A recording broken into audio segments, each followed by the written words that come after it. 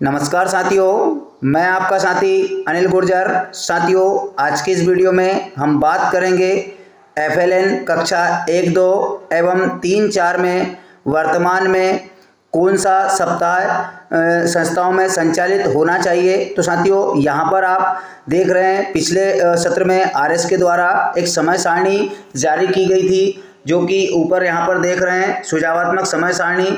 इसी के अकॉर्डिंग जो है हमें हमारी कक्षाओं में एफएलएन का जो टाइम टेबल है वो यहाँ पर बनाना है। दूसरा, अगर हम बात करें कि सप्ताह वर्तमान में किस माह में कौन सा सप्ताह संचालित होना चाहिए, तो साथियों जैसे कि हमारी संस्थाएं तो अप्रैल माह में भी कुछ दिन संचालित हुई थी, इसी के साथ में जून में भी संचालित हुई थी। लेकिन अगर हम बात करें एफएलएन समय सारणी के संबंध में, तो साथियों 1 जुलाई से एफएलएन का संचालन हमें करना है। अब 1 जुलाई के अनुसार वर्तमान में तो साथियों जैसे जुलाई माह में 4 सप्ताह दिए हैं, इसी के साथ अगस्त माह में 4 सप्ताह दिए हैं, और सितंबर माह जिसमें कि आवधिक आकलन भी होना है, और लेकिन सितंबर माह में यहाँ पर 2 सप्ताह पर काम करना है। यानी सितंबर माह के अंतिम दिनांक तक जो है हमें 10 सप्ताह कंप्लीट करना है। साथियों, जैसे कि हमारा इसी में ट्रेनिंग भी हुई है या अन्य अवकाश भी होते हैं, तो उन अवकाशों को ध्यान में रखते हुए जो आवधिक आकलन के माह हैं जैसे कि सितंबर,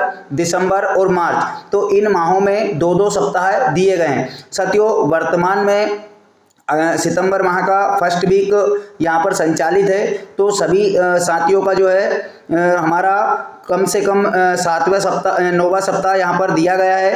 परंतु अगर आपका 8वां सप्ताह या 7वां सप्ताह भी संचालित है तो कोई घबराने की आवश्यकता नहीं है, क्योंकि सितंबर माह के अंतिम दिनांक तक हमारा 10वां सप्ताह जो है पूर्ण हो जाएगा।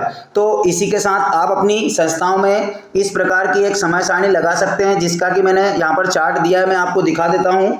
जैसा कि साथियों आप स्क्रीन पर देख पा रहे हैं, इस प्रकार से आप एफएलएन कक्षा 1, 2 एवं 3, 4 में इस प्रकार चार्ट जो निकाल कर अपनी संस्था में लगा सकते हैं, जिसमें जितने सप्ताह आपके कंप्लीट होते जा रहे हैं उन पर आप टिक करके यहाँ पर पूर्ण एवं अपूर्ण, जैसे जुलाई माह में आपने 4 सप्ताह जब भी पूर्ण कर लिए हों तो सामने पूर्ण लिख करके वहाँ पर हस्ताक्षर कर देंगे। जब भी कोई अवलोकनकर्ता आपकी संस्था में आते हैं तो आपकी जो इस प्रकार का जो चार्ट लगा हुआ है, इसको देख करके आप वहां पर बता सकते हैं कि हमारा इतना सप्ताह जो है पूर्ण हो चुका है। ये जो सारणी है वो कक्षा 3, 4 के अध्यापक के लिए, साथ ही कक्षा 1, 2 के अध्यापक शिक्षक के लिए, दोनों के लिए यहाँ पर काम आएगी। आप ऊपर यहाँ पर कक्षा 1, 2 एवं 3, 4 लिख सकते हैं। तो इस प्रकार आप अपनी संस्थाओं में पूरा चार्ट निकाल करके लगा सकते हैं। इससे आपको भी पता रहेगा कि आपकी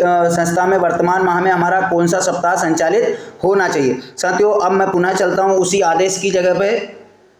तो यहाँ कुछ नीचे नियम भी दिए गए हैं कि हमें कक्ष में जो एफएलएन के कक्ष है उसमें कौन कौन सी चीज़ों की आवश्यकता होती है, जिससे कि हमारा कक्ष एवं जो अध्यापन का कार्य है वो बेहतर लगे।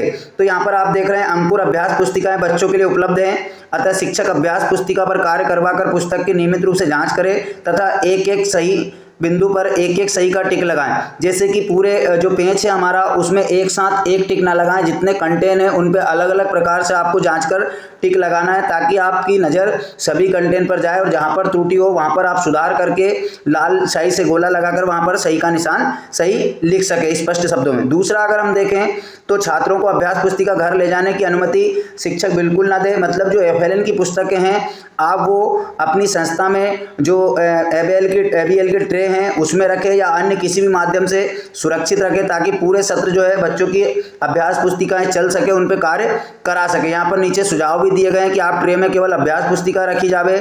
इस प्रकार से पूरा जो व्यवस्थित तरीके से कक्षा संचालन करें।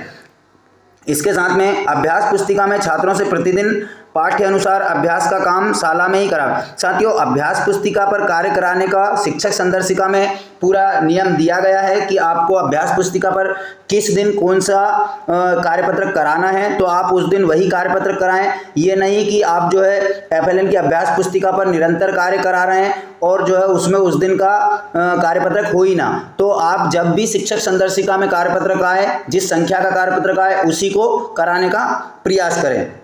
यदि कोई छात्र किसी दिवस अनुपस्थित है तो ऐसी स्थिति में उस दिवस का अभ्यास पुस्तिका कार्य ट्रैकर अनुसार प्रति सप्ताह के पुनरावृत्ति। अगर कोई बच्चा अनुपस्थित है आपका, तो जो आपके सितंबर माह या दिसंबर माह में जो अतिरिक्त सप्ताह दिए गए हैं, आप उन सप्ताहों में उन बच्चों पर अतिरिक्त कार्य कराने का प्रयास करें। मतलब हमें सितंबर माह के या दिसंबर माह के अंतिम दिनांकों तक ही उनमें आवधिक आकलन लेना है। बीच में जितना भी आपका शैक्षणिक कार्य स्लो रहा है उसे आप पूरा करने का प्रयास करें। तो साथियों, आशा है एफएलएन के संबंध में या सप्ताह संचालन के संबंध में आपको जानकारी समझ आई होगी। साथियों, मैं कुछ चीज़ें और देखने को बता दूं। आपके पास समय सारणी कई प्रकार की आ रही होगी, जिसमें अलग अलग तरीके से बताया गया है, लेकिन समय सारणी जो सुझावात्मक है वह आप इस प्रकार से सरल तरीके से बना सकते हैं, जिसमें स्पष्ट दिया है कि कब किस चीज़ को हमें पूर्ण कराना है। तो साथियों,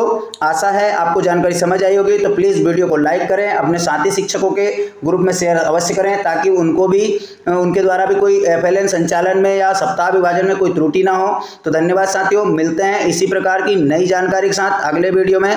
तब तक के लिए जय हिंद।